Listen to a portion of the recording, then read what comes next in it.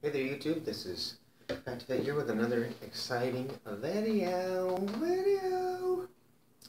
It's been a little while, I don't know, people say that, I'm saying it now.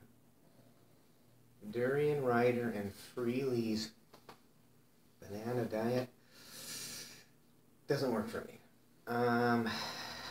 Now, it could work for me if I had a million bananas and dates and a whole bunch of fruit. If I was like a fructose guy. I guess I'm not a fruitarian. I don't even know what that is. I'm a veggie guy. Plant-based, vegan, whatever you want to call it. Don't eat any animal products. Don't eat any meat. I mean, it kind of occasionally happens. That's why I try not to eat anything that is pre-processed, or I try to eat as little as possible. Most of everything I eat is either fresh fruit, fresh vegetables, frozen vegetables, frozen fruit, rice, big staple, potatoes, big staple, a bunch of different beans. I like Great Northern beans. They're pretty good. I like to make hummus out of those. I don't like chickpeas. I know these have a weird flavor for me. So hummus, simple hummus, oil, tahini, which is basically I just warm up sesame seeds in a pan until it's fragrant, until it gives that good smell. Then I just put some 3 or 4 garlic cloves in the oven. I know it's starting to sound like a recipe thing, but this is so dead simple, and it's delicious. I just roast that off. I just blend that all up with a can of Great Northern beans. Does it have salt added? Yeah, sue me. It's delicious. Whiz it all up, put a little bit of hot sauce in there, pour it into a reusable Tupperware thing, and I'm good to go for about a week.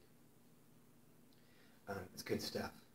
But anyways, rice, staple, beans, staple, potatoes, staple. Another thing I like to eat that I know Freely and those guys, and Durian Rider and Pal Simeon, he's a pretty strict adherent of Durian Rider's kind of philosophy. I love the guy. He's funny. He cracks me up. His 1 million views mukbang pizza thing. Man, I'm in like the tens of views, so I don't even know what that would be like. I get kind of excited just at that somebody might watch. 1 million people might watch my video. Maybe I'll throw a phone. Maybe my mom will order me a pizza. I'll get all that. What? You got cheese in the sauce? What the heck? So I don't know. I guess that's done, so it wouldn't get lots of views now. So whatever. But good guy.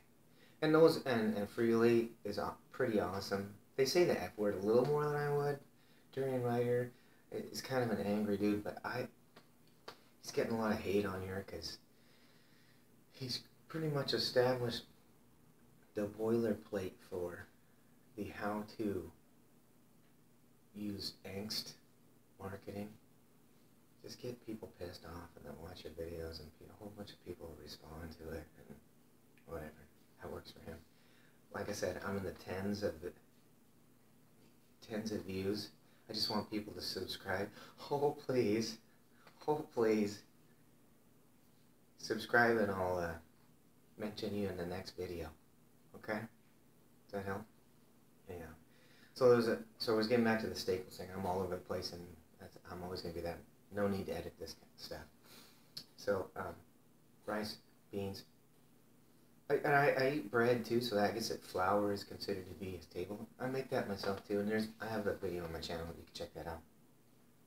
4 ingredients: flour, white flour, enriched white flour. The wheat stuff, I can't do it, man. I get enough fiber from all the veggies I eat, so I don't really feel like it. It feels like that wheat flour is kind of a punishment. I'm not into it.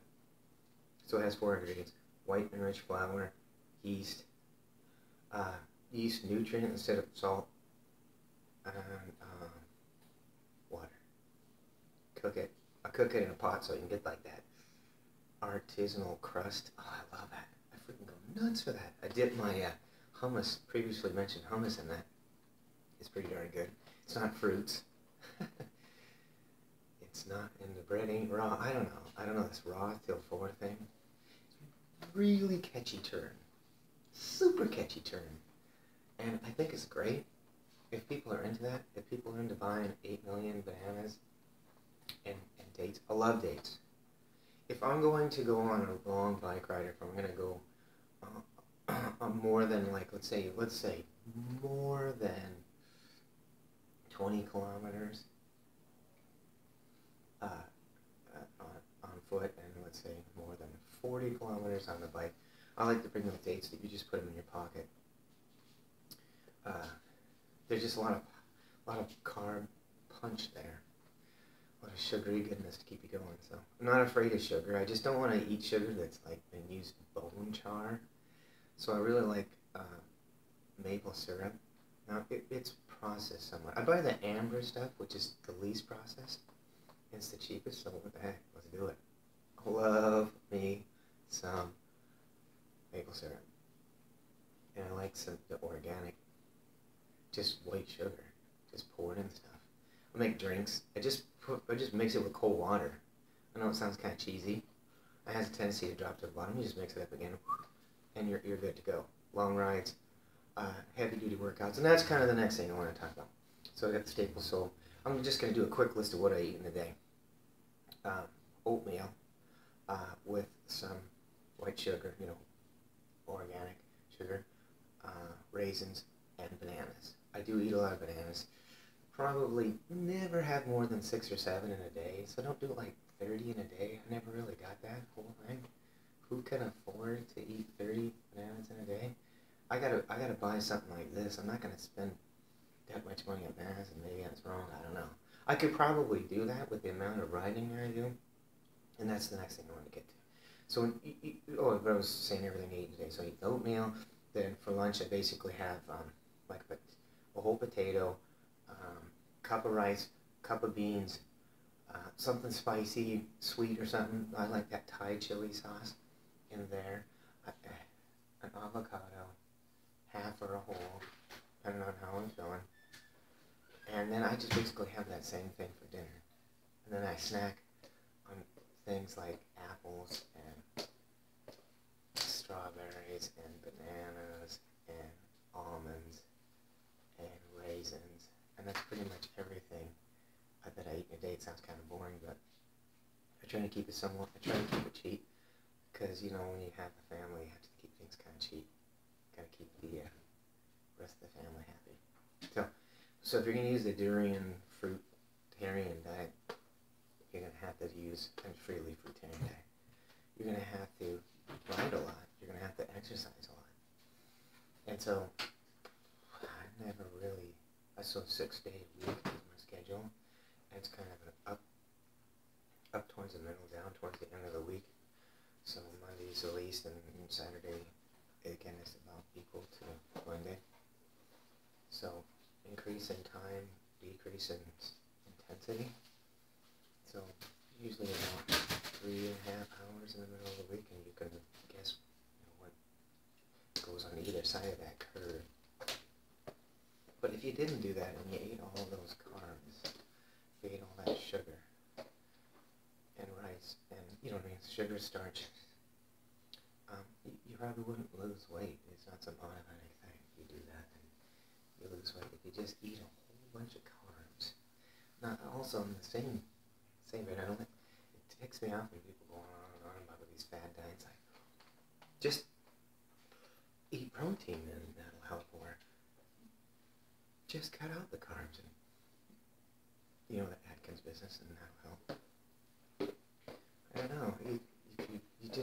It's just the old saying of diet and exercise. If you have those things, you shall lose some weight. Depending on body type, you may lose a little, or you may lose a lot, or you may not lose any. And so it's kind of, that had a lot to do with what are you doing, how have you planned for losing weight or whatever. Is that what you're into? If you don't have a plan that you came up with yourself, it just doesn't seem to work. There's a lot of people saying, oh, just just do this thing and it'll work. Just buy this product and it'll work. And I really don't believe in that. It just didn't work for me. None of that stuff worked for me. I was 225 pounds, and now I'm, hovering between 155 and 160, 155 and 160, let's say. It's kind of an up and down thing. I think some of that has to do with water weight. I'm not a big, I'm not a big fan of the salt anymore so much. I really do like that yeast nutrient. It adds a lot of the B12s and things that you're going to miss from not eating meat. B12s and B10. You can look it up. It has kind of a cool twang on it. It's just yeast that was grown to do things commercially. I think it's similar to the yeast they used to make bread and the yeast they used to make beer. That's one thing. I did quit some things that automatically made me lose weight. I stopped drinking soda pop. Stopped drinking beer and different alcohols. That helped to lose weight just right there. And just the chunks. Just not drinking coffee anymore, which I had 2 or 3 a day. Helped right there. So I think the key here is that have you thought about what you want to accomplish? That's number one. Thought about how one might do that. Are you going to find an exercise regimen you like? Are you going to mix that with a change in diet, reducing the total amount of fat and salt and processed things? They have a lot of, they generally, if they're good, they're fatty and or sugary. So have you thought about that? Those things. Have you thought about how you're going to do your workout? Do it reliably every day or every couple days? Have you thought about all that? Do you have a plan? I think you can find a lot of stuff on the internet about how that might happen, and I think you might find yourself watching some of these awesome vegan people on YouTube. There's a lot of people say this vegan community, that's a bunch of BS, man. Sorry, dude. I didn't become a vegan because I watched some video on YouTube. I didn't get in shape because I watched some video on YouTube. I got in shape because there's this switch and you flip it. I swear, it has to come from you. It has to come from inside you. It has to involve 3 things. The goodness that is you, the desire to do those things, and a plan that involves a good diet and good exercise regimen. If that's riding a bicycle, fine. If that's running, fine. If that's swimming, fine. If that's doing aerobic dance, I got a video on it just shows you. I mean, you're not like you need to show somebody how to dance. So come up with a schedule. Come up with a diet that works for you. Which I think, and I think so. Is it confusing what I'm saying? Yes. So, is there some things that are always going to help you lose weight? Yeah. Is reducing calories in the traditional method effective? I think it is for some people for some amount of time. But if you don't have the willingness to do this and stick with this plan, I think for me, I had a life-changing event, which I won't discuss, but think of one and insert it there, and maybe that'll help you. But and that made me say, hey, I want to take better care of myself. I want to be healthy. I want to be able to run and ride. Those are 2 things that, before I met my wife, was 20 years ago. I'm one of the middle-aged vegans. There's not many. I don't have like purple hair sticking up, and I'm not talking about my sex life or breaking up with that. I don't know if anybody's been on this episodic vegan journey, but some people break up online. Wow, in a video. Damn. You're 20-something when you're breaking up online. That one kind of cracked me up, or you're sharing your intimate details. I mean, come on. Anything that I put in here is a content that I'm going to watch before I put it up there. It's not like it happened. It's not like it wasn't planned before. It's not like I didn't think about these diets and all the different things I'm talking about. There needs to be a certain amount of demystification for you to be successful in losing weight or getting strong. For me, it wasn't necessarily about losing weight. It was about getting strong, getting healthy. I've been able to run for a mile without just freaking dying. Can you do that? So that's pretty important. So in some of the things I've said, you say, oh, you could just say, go down the list of everything I ate. That's not necessarily going to work for you. And that's the key. That's the key. For it to be custom, it can't be some product I'm selling you. To be custom, it has to involve you. It has to involve what's good about you. And I get excited about that. Because that's the whole reason this thing worked for me. Because I get excited about what is good about me. And what's good about me is that I ramble on and maybe make some sense. Hopefully by the end, make some sense. That I'm a pretty intense guy. That I see a beginning and then I see an ending, or how I want to get from here to there. And I generally am kind of an antisocial dude a little bit, and so the whole YouTube and social media thing kind of works for me.